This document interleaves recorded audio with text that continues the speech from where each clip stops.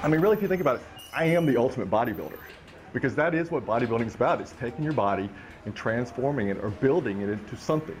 Chris Bruce has spent the past 3 years building the body that Chris always wanted.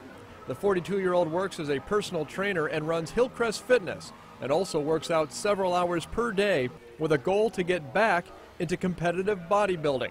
Chris competed in the early 1990s, but that was nearly 20 years ago.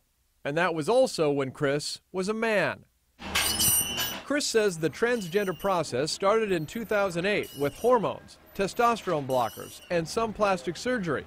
And now Chris will compete as a woman. I mean, I realized walking into this that there's, like I said, there's 5 to 7 judges who look at you on stage and try to decide. So I see I could be at a disadvantage because they might not like the fact of the transgender person's competing. I accepted that going in. Chris has entered the Border States Amateur Bodybuilding Competition Saturday night here at the Scottish Rite Event Center. I spoke with the promoter of the event, and he said they don't drug or gender test and will allow Chris to compete as a female. But anatomically, Chris remains a male. This isn't just a normal man walking the street who has decided to now become a female. This is a bodybuilding male.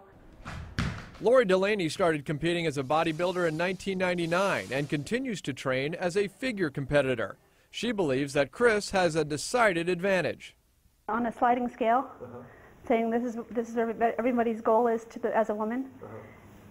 Chris has had the opportunity to descend, if you will, while other females have had to ascend to that same level. So they've had up or boost their testosterone levels to get to the same level where Chris has had the opportunity to build muscle as a man. Delaney also believes that someone wanting to compete as a woman should complete the entire process, and that bodybuilding should follow the International Olympic Committee's Stockholm Consensus that says athletes must wait 2 years after surgical anatomical changes have been completed. At 6 feet 1 inch, 190 pounds, Chris says this is the body Chris wants and doesn't know about further surgery. But Chris does know competitive bodybuilding will draw attention. I liken myself to Chaz Bono. This gives me the opportunity in the fitness industry to show that it doesn't matter, that transgender is just a unique characteristic of me as a person. It doesn't define who I am. Bodybuilding, a business owner, a father, that's what defines me as a person.